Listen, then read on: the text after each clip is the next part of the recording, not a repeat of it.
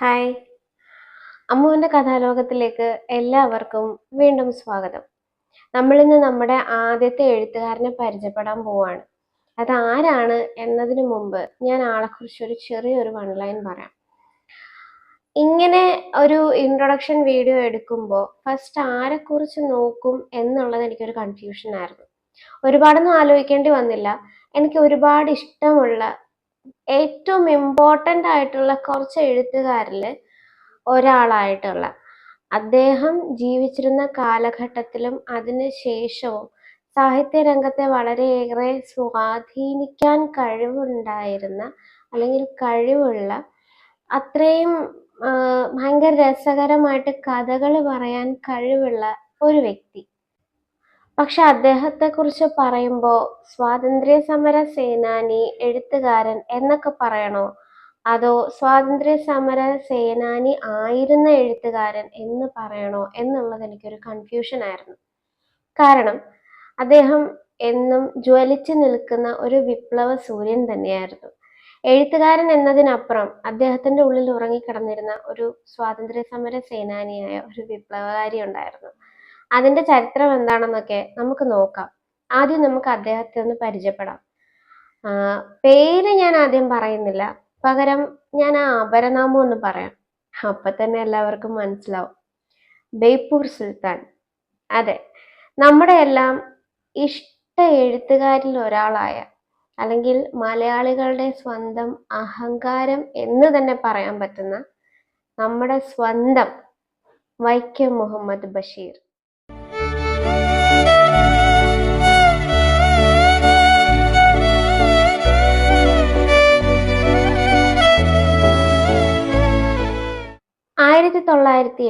ജാനുവരി 21 വൈക്കത്തുള്ള തലയോലപ്പറമ്പിൽ കായി അബ്ദുറഹ്മാന്റെയും കുഞ്ഞാച്ചുമ്മയുടെയും മകനായി ജനനം.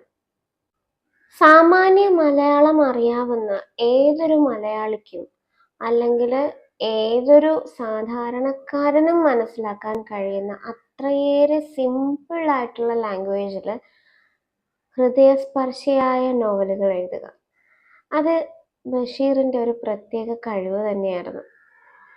സ്വന്തം ജീവിതാനുഭവങ്ങൾ നർമ്മത്തിൽ ചാലിച്ച് നമ്മെ ചിരിപ്പിക്കാനും അതുപോലെ ഇമോഷണൽ ആക്കി നമ്മളെ കരയിക്കാനും ചിന്തിപ്പിക്കാനും അദ്ദേഹത്തിന്റെ എഴുത്തുകൾക്ക് ഒരു പ്രത്യേക ശക്തിയുണ്ട്.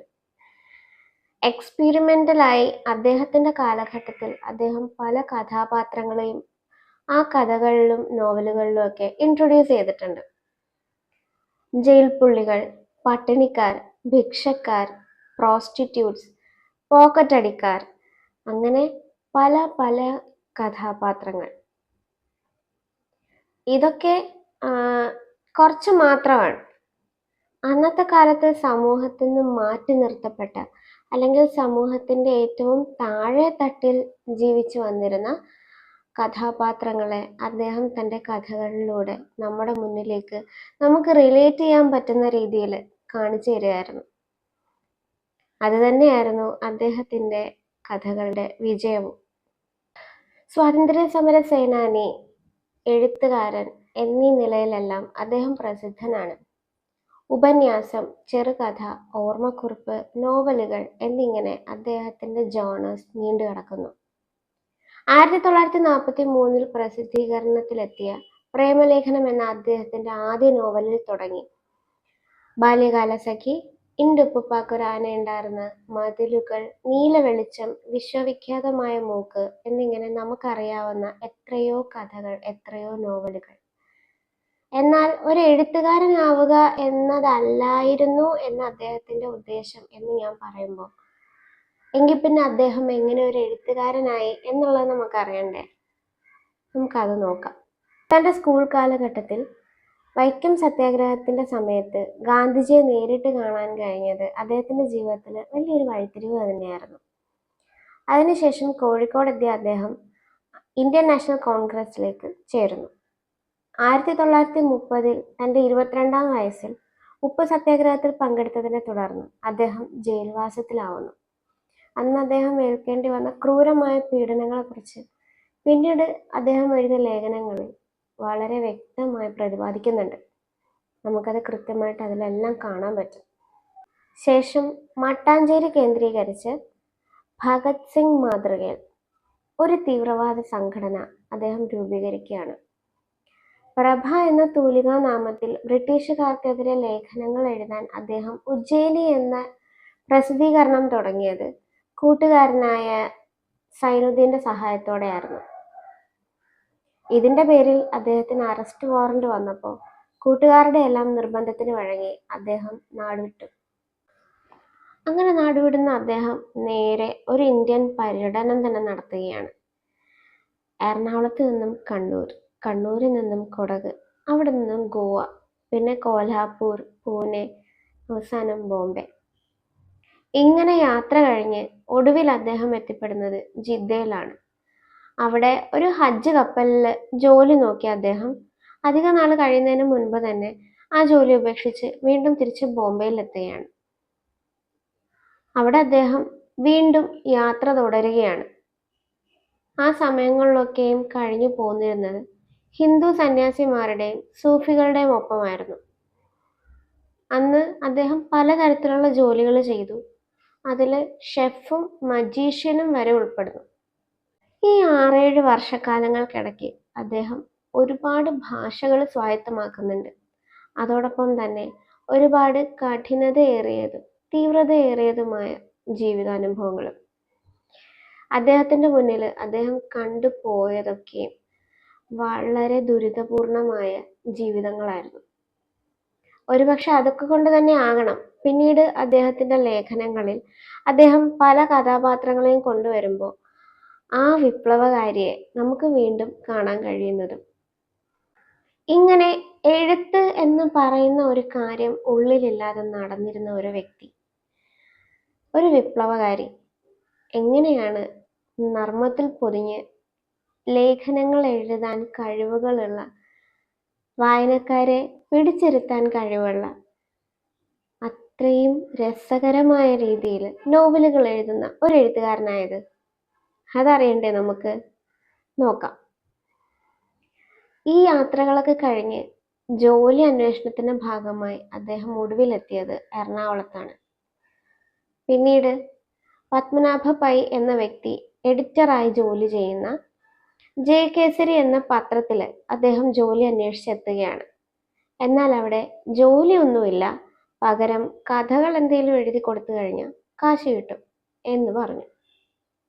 ഇതിന്റെ ഭാഗമായി തൻ്റെ ദാരിദ്ര്യത്തിന്റെ ഭാഗമായി തന്നെ കാശ് വേണമല്ലോ, അതിനുവേണ്ടി ആദ്യമായി പുള്ളി എഴുതിയ കഥയാണ് എൻ്റെ തങ്കം. 1937 സംഭവമാണ്. കറുത്തിരണ്ട് വിരൂപിയായ നായിക, കോങ്കണ്ണനും ചട്ടുകാലനുമായ നായകൻ, ഇവര് തമ്മിലുള്ള കഥയാണ് എൻ്റെ തങ്കം. അവിടെ തുടങ്ങുകയാണ് വൈക്കം മുഹമ്മദ് ബഷീർ എന്ന എഴുത്തുകാരൻ്റെ യാത്ര.